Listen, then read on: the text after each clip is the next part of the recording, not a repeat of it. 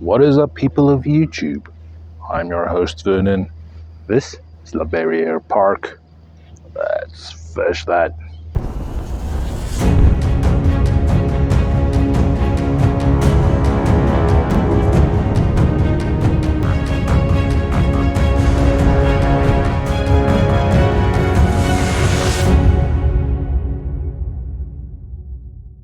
Alright, ladies and gents, having a look back over this past year and having a look at all of the fish I've caught, I've had a pretty good run out there. I think if you take all of the fish I've caught and put them nose to tail all the way and line them up in a straight line, this would have been the longest line of fish I've ever caught in my life. A lot of new life listers and a lot of new PBs out there this year, and you cannot do that much fishing and not learn a few things along the way.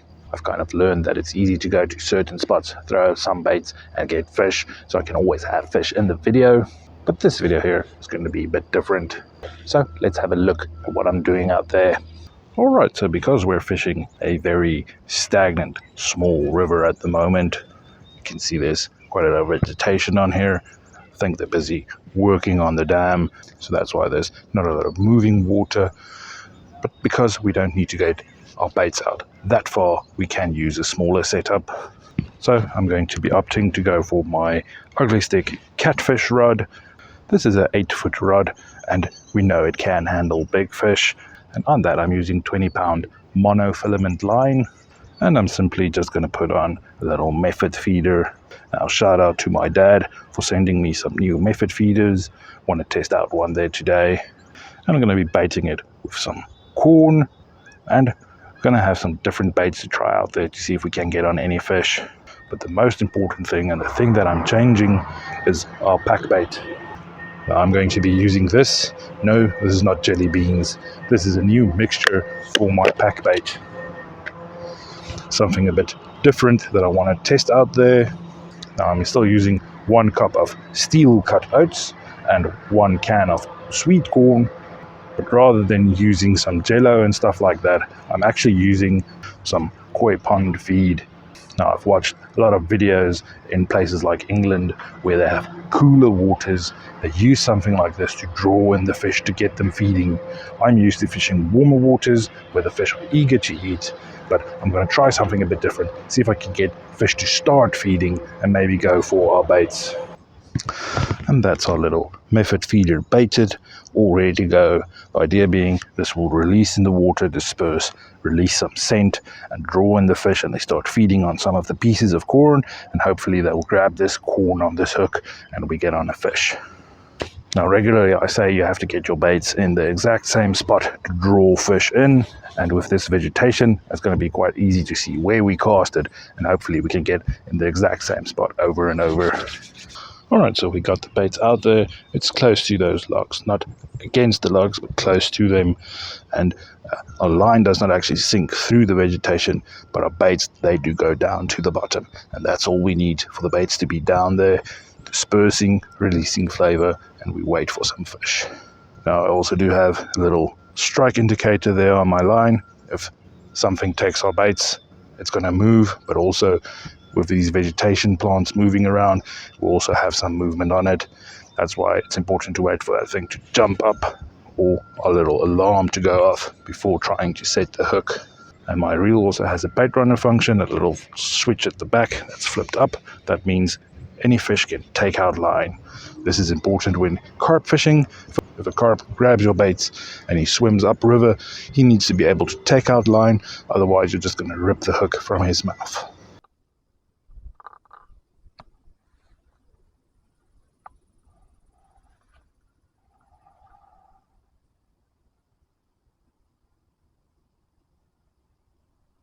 One hour later.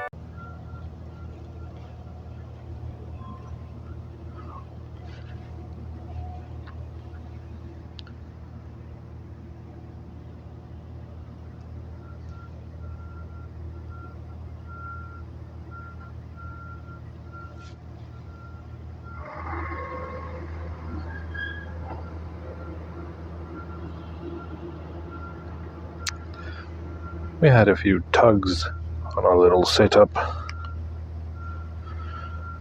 I'm using a small piece of nightcrawler on there as well, because we do know that there are catfish out there, but there are also bullhead catfish and tiny little perch that will also go for that nightcrawler. So maybe I need to swap that out for something a bit different.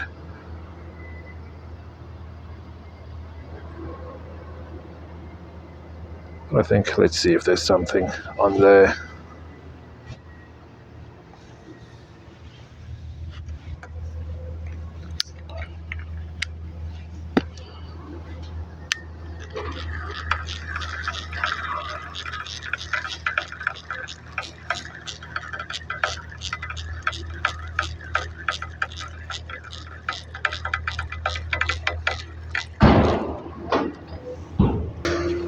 Now the good thing is we have been getting some hits, and I could see something pecking on our little pack bait, so I know that the pack bait is working, but pretty much everything is gone. So I think we're just going to rebait, get it back out there. Another little thing I want to try is using some sweet potato. A lot of people swear by sweet potato, and it kind of makes sense. The sweetness, carp are known to love sweet things, especially in warmer water. So I'm going to put on small pieces of sweet potato on one of the hooks, see if maybe some of the carp will be willing to go for that.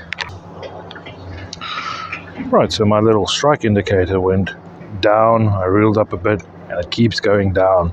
Now that is normally something that happens when a fish is swimming towards you, that will drop. But this is dropping very slowly. So I'm just going to reel in again, lift our little strike indicator there.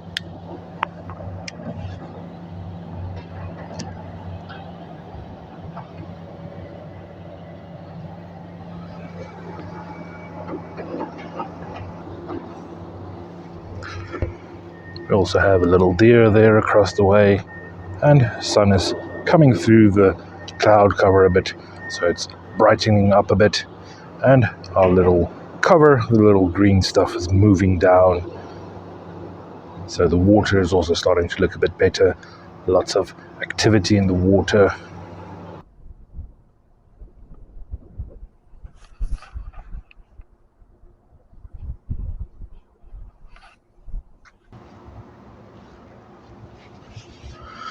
Alright, the alarm is not going off, but we are getting some hits. And it just popped off. Oh no. 3 hours of not getting fish, and the moment we get a fish, it breaks off immediately. Probably was just a small fish going for a tiny piece of nightcrawler, and we didn't get a proper hook on him.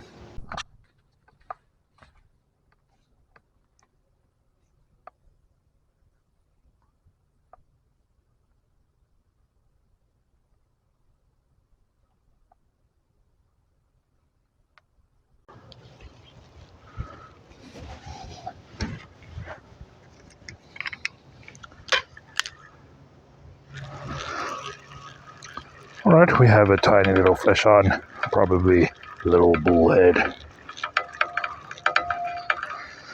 If this was a carp, that alarm would have screamed and would have gone out running.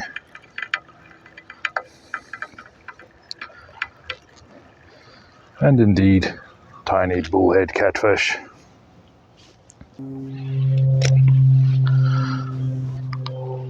Alright, so not the target species, but a tiny little fish landed. Let's get him back down there.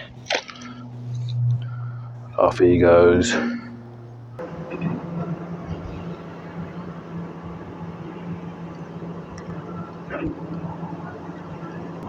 That's crazy how something can be messing with the baits like that, but not setting off the alarm.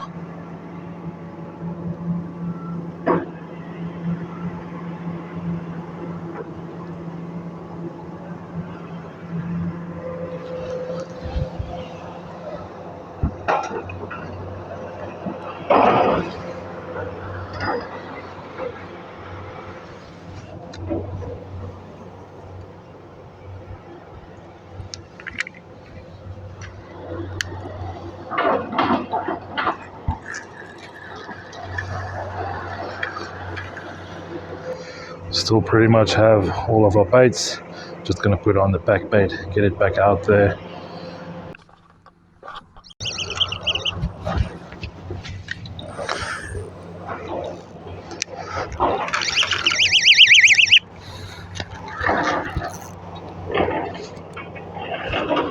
Alright, we have something on. Our alarm screened. Just what we've been waiting for. Been having something play around with the baits for a while. But finally we have something on, and it looks to be a carp.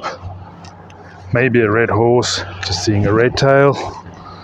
No, it does look to be tiny common carp. So finally, our targeted species landed.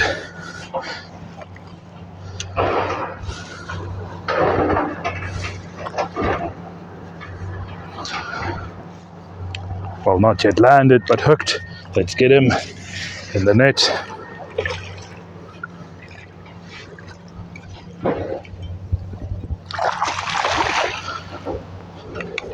And there we go. Landed our little carp. Finally getting some carp on carp baits. Let's have a look at this guy. Lovely colors on this one. Red on the tail. Lovely golden patterns. I was starting to think someone's messing with us, pulling on a little line there or something, but it was indeed some carp feeding.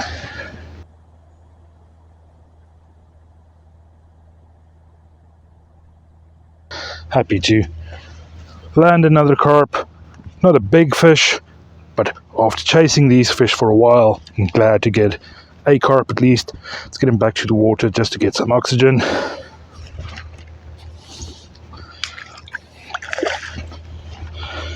So by no means a big fish, but glad to get one. Finally getting the species I've been targeting. Totally stoked about that. Let's get this poor guy back to the water. And off he goes. Good strong kick and he's off.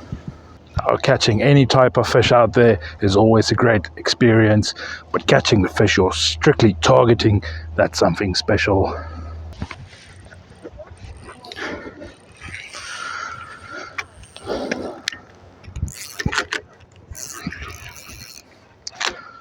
Alright guys, why throw in the exact same spot? Well, this is why. Another fish on, and it's not even been 20 minutes.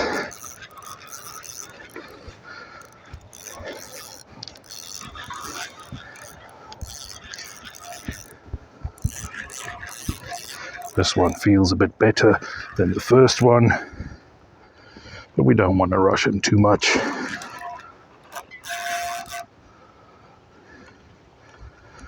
This actually looks to be a catfish, not a carp.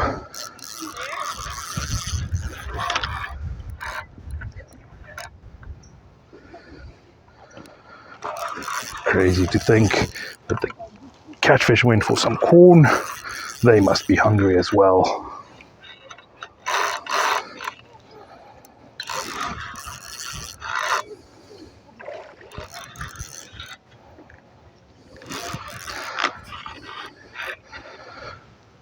But this is why you throw in the same space. You make a feeding zone, drawing in all sorts of fish.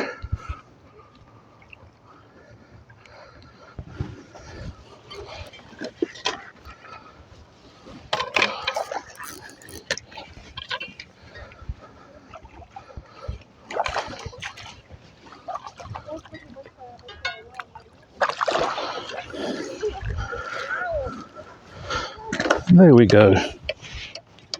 Catfish landed. Nice chunky fish. Let's get those hooks off him. Have a look at him. So there we are.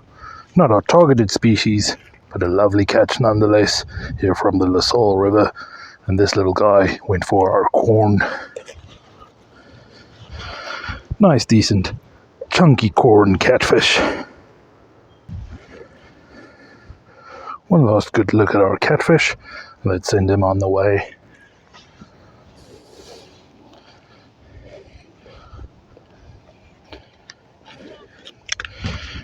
Gonna drop him head first.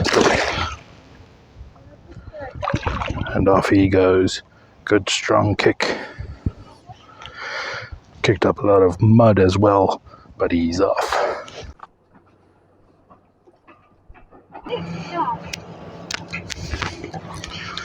Alright, ladies and gents, just helping someone with a kayak getting out of the water. So I missed the hook set on this, but we have another little carp on. Just quickly going to land him in the net.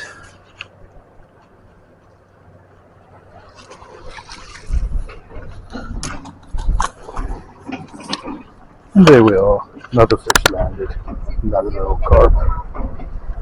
Thank you so much. Sorry for disturbing. No, not a problem. Good luck. Thank you. Alright, so let's quickly have a look at our second little carp. I think a tad bit smaller than the first carp. Not as vibrant colors, but still second little carp landed on our lovely baits. Let's get this guy back to the water. Lovely little carp. Let's get him back down there. Got him head first, and he swam off. Alright, ladies and gents, you might say to me, but Vernon, these are some smelly common carp. What's the big deal? Carp is not a fish that's targeted that much here in North America, and I'm pretty sure some of the European or South African viewers might be laughing at the sizes of these carp. It's not trophy carp, but at the end of the day, it is accomplishment, an achievement unlocked. Finally getting my Canadian carp. I had to take what I know and adapt it to the waters out there to figure out how to catch these fish. I actually had one of my viewers ask me, Vernon, is it worth it to go fishing at Barriere Park? And I didn't quite know how to answer that. But after the day I've had out there, I kind of finally figured out an answer. And the answer is simple. It's not the particular spot you're fishing that needs to be worth it. Your fishing spot only offers you an opportunity, but it is up to you as the angler. You're the one that's supposed to be worth it. You need to figure out what it is you need to do to catch the fish out there. Sometimes it's easy, sometimes it's hard, sometimes you need to experiment to find what works. And there's no easy segue to get out of this philosophical thing. So remember to like, comment, and subscribe. And like always, thank you for watching, and I'll see you next time.